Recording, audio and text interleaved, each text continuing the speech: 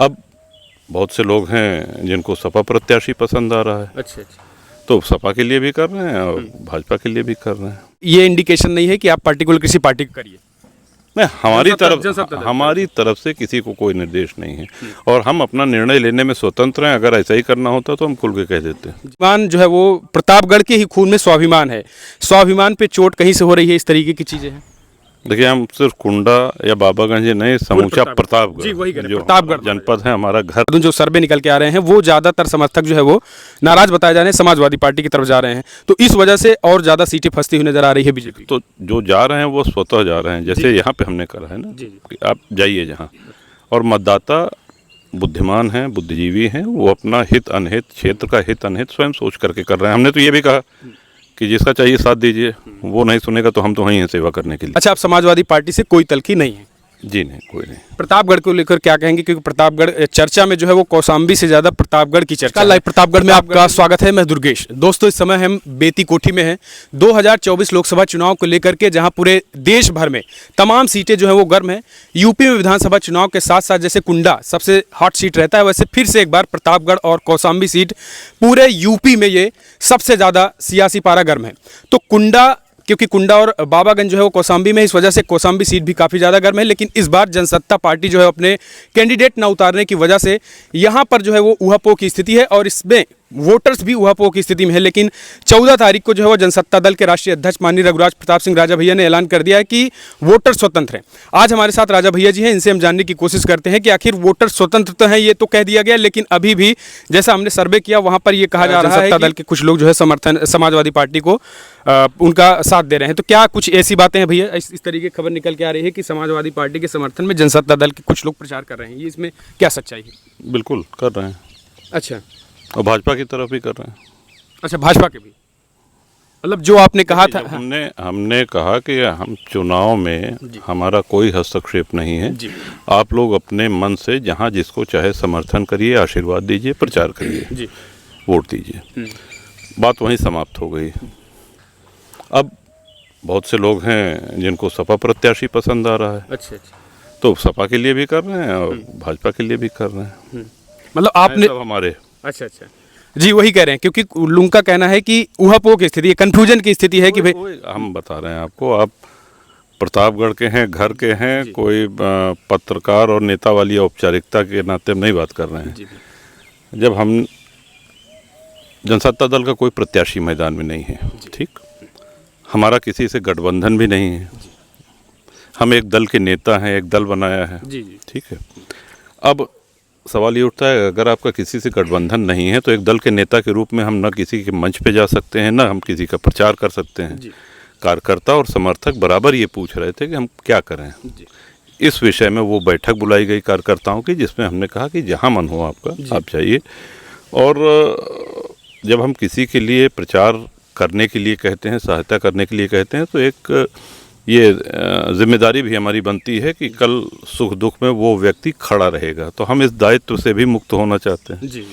तो कर रहे हैं। बहुत से लोग हैं जो सपा का कर रहे हैं, कुछ लोग भाजपा का। यानी आपको ये इंडिकेशन नहीं है कि आप पर्टिकुलर किसी पार्टी को करिए? मैं हमारी तरफ से किसी को कोई निर्देश नहीं है और हम अपना निर्णय लेने में स्वतंत्र हैं। अगर ऐसा ही करना होता तो हम खुल के कह देते हैं। जी, क्या कहेंगे जो स्थानीय प्रत्याशी हैं उनको लेकर नाराजगी भी है, चाहे प्रतापगढ़ हो या फिर जो है वो कौशाम्बी हो? देखिए, यही निष्पक्षता है अभी इस मकाम पे, जबकि हमारे बहुत से लोग सपा के साथ लगे हैं, भाजपा के साथ भी हैं, तो अभी इस चुनाव में कई फैक्टर्स हैं, उस पर हमसे अभी मत कहलवाइए। अच्छा, तो क्या कहेंगे कुंडा में, अगर आप जैसे 1.5 लाख वोट जनसत्ता दल को 2019 में 1.5 लाख के समथिंग मिले थे, हम इसमें एक और सुधार करना चाहेंगे। फुटबॉल प्लेयर निशान था, साथ में एक निशान फुटबॉल भी था और एक निशान क्रिकेट प्लेयर भी था, जिनको 38,000 वोट मिले थे, तो वो भी हमारे हैं। जो ग्रामीण मतदाता हैं या अशिक्षित मतदाता हैं, 38,000 वोट उस पर भी गए थे, वो उठा के देख लीजिएगा, समथिंग 2 लाख के करीब, तो 1,95,000 पड़ता है। तो उसमें क्या लग रहा है कि डिवाइडेशन जो है वो इस बार होगा और इस सब जहाँ इच्छा हो वहाँ दे ना, बिल्कुल तनाव मत लीजिए, एकदम प्रसन्न रहिए। तो पूरी तैयारी मतलब इस बार के आपने एकदम पूरी तरीके से आज़ाद कर दिया, स्वतंत्र कर दिया है, कोई भी किसी भी तरीके से जा सकता है।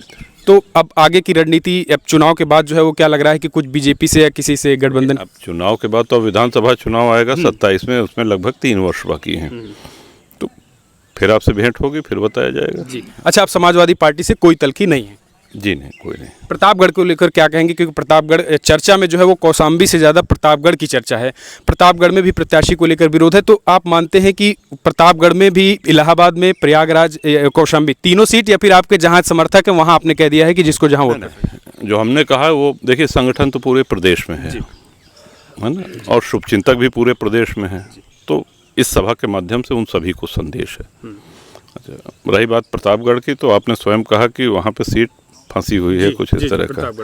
और आपके इस फैसले के बाद मैं आपको बता दूं, जो सर्वे निकल के आ रहे हैं वो ज़्यादातर समर्थक जो है वो नाराज बताए जा रहे हैं, समाजवादी पार्टी की तरफ जा रहे हैं, तो इस वजह से और ज़्यादा सीटें फंसती हुई नजर आ रही है बीजेपी। तो जो जा रहे हैं वो स्वतः जा रहे हैं, जैसे यहाँ पे हमने कहा है ना कि आप जाइए जहाँ, और मतदाता बुद्धिमान हैं, बुद्धिजीवी हैं, वो अपना हित अनहित, क्षेत्र का हित अनहित स्वयं सोच करके कर रहे हैं। हमने तो ये भी कहा कि जिसका चाहिए साथ दीजिए, वो नहीं सुनेगा तो हम तो वहीं हैं सेवा करने के लिए। क्योंकि ये कहा जा रहा है कि सड़कें भी जो दावे, विकास के दावे किए गए थे, वो यहाँ पे ये मान लीजिए विकास बहुत आवश्यक है, लेकिन ये जो मतदान हो रहा है इसमें हमको नहीं लगता है कि विकास की बहुत बड़ी भूमिका है।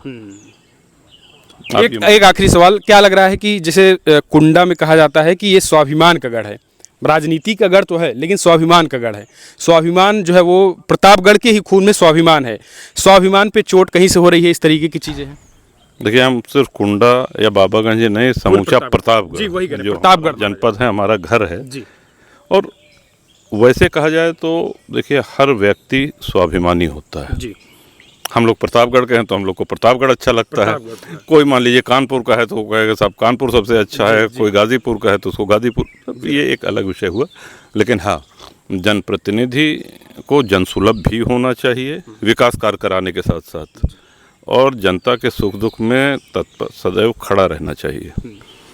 तो ये हमारा अपना एक मापदंड है। तो 20 तारीख को वोटिंग है, आखिरी मतलब आप जनता जनार्दन या कुंडा के जो वोटर है उनको आप मानते हैं कि वो सब आज़ाद हैं इस बार, चाहे जिसे वोट कर सकते हैं? नहीं, वो बंधे हुए पहले भी नहीं थे, मतलब कि जनसत्ता दल के पहले नहीं थे, क्योंकि वो लेकिन हाँ, जनसत्ता दल के समर्थक हैं, उन्हीं के आशीर्वाद से जनसत्ता दल आज समूचे प्रतापगढ़ के आशीर्वाद से आज यहाँ तक पहुँचा है कि हम 2 राष्ट्रीय दल, बसपा और कांग्रेस से बड़ा विधानमंडल है हमारा। अच्छा, अब वो जहाँ चाहे मतदान करें, एक लाइन की सीधी से, मतलब पूरी तरीके से चल। तो देखिए, कुंडा के विधायक जी हैं, नाम हो आपका?